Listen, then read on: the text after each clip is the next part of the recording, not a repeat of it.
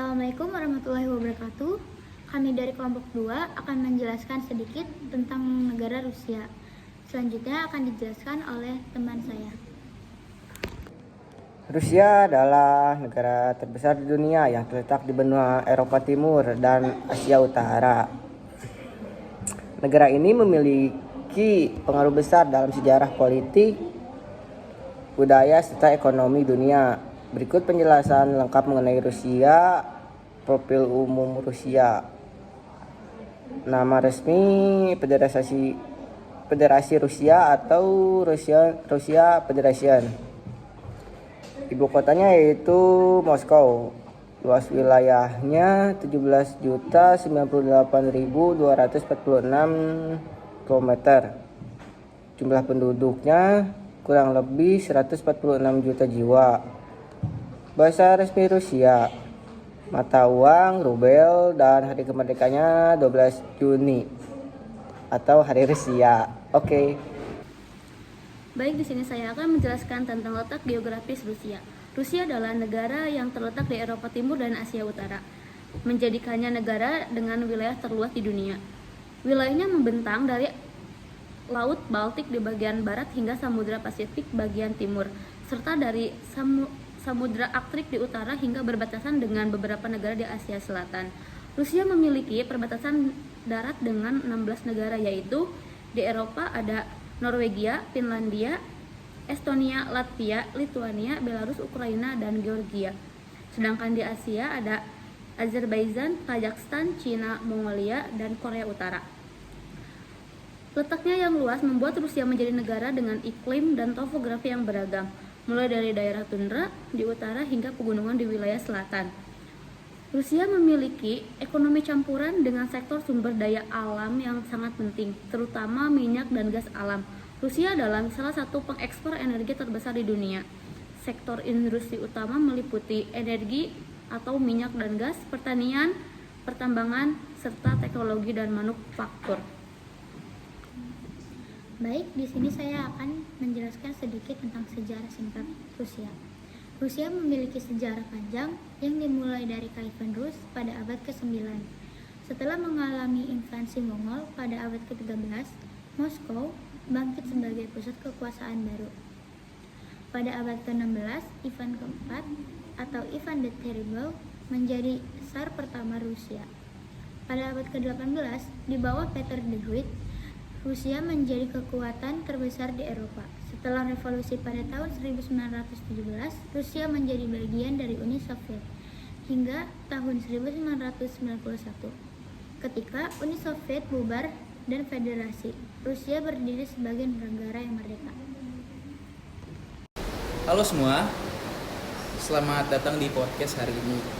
Kita akan membahas tentang Rusia, sebuah negara yang memiliki sejarah panjang, warisan budaya yang luar biasa, sekaligus peran besar dalam politik internasional. Ya, betul sekali, Bom. Jadi Rusia ini memang nggak cuma dikenal karena luas wilayahnya saja yang luar biasa, tapi juga karena kontribusi di bidang seni, sastra, musik, arsitektur juga. Nah, ini saya mau nanya nih, Bom. Pasti Bom tuh kenal sama yang namanya Leo Tolstoy. Tahu.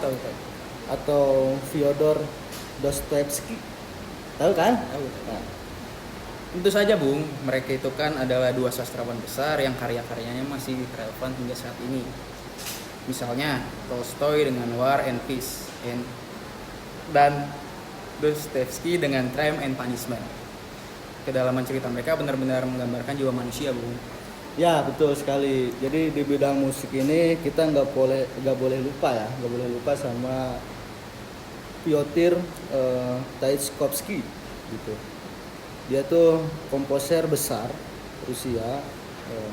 Bung juga pasti tahu nih, balet legendaris. Wah, seperti Swan Lake gitu kan. Ada juga The Nutcracker. Musiknya abadi banget itu, Bung, menurut saya. Dan jangan lupa juga, Bung, di seni lukisnya itu ada Vasily Kandinsky, juga nggak kalah terkenal. Bung pasti tahu lah, dia tuh pelopor seni abstrak. Lukisannya benar-benar penuh warna dan emosi yang kompleks. Ya, memang jadi teman-teman juga dan Bung, selain budaya, tradisi keagamaan juga penting di Rusia ini. Kristen Ortodoks adalah agama dominan di sana, Bung. Jadi dan sudah menjadi bagian penting dari identitas nasional Rusia. Itu paling, Bung. Oke, siap. Nah, habis itu kita mau bahas apa lagi nih, Bung? Kira-kira yang sekiranya bisa membahas tentang negara Rusia ini. Ya, mungkin sekarang kita membahas terkait topik peran Rusia nih, Bung, Ya. di dunia internasional gitu. Sebagai anggota tetap Dewan Keamanan PBB ya. Jadi Rusia punya kekuatan veto yang membuatnya jadi pemain kunci dalam berbagai isu global. Itu, Bung. Oke. Bener banget, Bung. Rusia juga kan tergabung di organisasi internasional seperti BRICS, G20, dan CSTO atau Organisasi Perjanjian Keamanan Kolektif. Ini tuh menunjukkan bagaimana Rusia mencoba membangun pengaruhnya di dunia. Ya. Tapi di sisi lain, Bung, Rusia juga menghadapi kritik tajam dari dunia ini, dari dunia internasional ya. Jadi ada sanksi-sanksi akibat kebijakannya di Ukraina khususnya, dan konflik lainnya adalah tantangan besar bagi Rusia ini. Setuju, Bung. Jadi Rusia adalah negara dengan banyak sisi. Dari satu sisi mereka punya kontribusi besar di bidang budaya dan politik, tapi di sisi lain kebijakannya yang juga menimbulkan kontroversi. Ya, betul sekali. Itu tadi pembahasan kita tentang Rusia. Tapi dalam podcast ini kita hanya membahas bagian daripada warisan budaya dan peran Rusia saja di dunia internasional. Itu aja, Bung. Ya, semoga ini dapat menambah wawasan kawan-kawan yang nonton, Bung juga semuanya lah yang ada di sini. Paling itu saja, Bung, kalau dari saya. Ya. Lanjut. Oke, mungkin sedikit tambahan saja dari saya. Pembahasan tentang negara Rusia ini memang kurang lebihnya bisa memberikan pandangan lebih gitu. Pandangan lebih Untuk betul yang sekali, menonton Bung, dan ya. juga Ya, juga betul sekali. dan juga untuk saya pribadi. Iya, betul, Bung. Mungkin sekian aja ya podcast untuk hari ini. Saya tutup. Assalamualaikum warahmatullahi wabarakatuh. Halo semuanya, perkenalkan nama saya Agista. Saya Cindy Olga Junior. Di sini kita akan menjelaskan mengenai fakta menarik tentang Rusia dan simbol nasional Rusia. Baik, terkait ini selanjutnya akan dijelaskan terlebih dahulu oleh Agista. Sebelumnya di sini saya akan menjelaskan beberapa fakta menarik tentang Rusia, yaitu di antara lainnya ada bahwasannya Rusia adalah negara terbesar di dunia yang mencakup lebih dari 11 zona waktu. Lalu di Rusia pun memiliki sungai atau danau terdalam, yaitu Danau Baikal. Kedalamannya mencapai 1.642 meter dan juga mengandung sekitar 20% dari air tawar yang tidak membeku di dunia. Lalu ada bangunan yang paling terkenal di dunia yang menjadi simbol pemerintahan Rusia, yaitu bangunan Kremlin yang ada di Moskow. Dan terakhir itu ada bahasa dan alfabet. Di Rusia itu menggunakan alfabet yang memiliki banyak huruf daripada alfabet Latin, itu disebut alfabet Kiril. Oke, selanjutnya mungkin akan dilanjutkan oleh saudara Cindy. Selanjutnya di sini saya akan menjelaskan terkait simbol nasional dari Rusia. Yang pertama ada lambang negara. Lambang ini biasanya mencakup simbol-simbol historis, budaya, dan kekuasaan. Lambang negara digunakan dalam dokumen resmi, gedung pemerintahan, dan pada mata uang.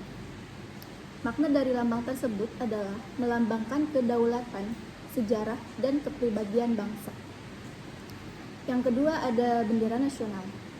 Bendera di sini simbol utama identitas negara. Setiap warna dan pola memiliki makna tertentu seperti perdamaian, keberanian, atau kebebasan. Yang ketiga ada himne nasional. Misalkan lagu resmi yang dinyanyikan dalam acara-acara penting nasional dan internasional. Makna di sini ada kebangsaan nasional dan persatuan nasional. Sekian dari penjelasan kami. Selanjutnya akan dijelaskan oleh teman saya. Baik, di sini saya akan menjelaskan militer yang dimiliki oleh Rusia. Rusia memiliki salah satu angkatan bersenjata terbesar di dunia.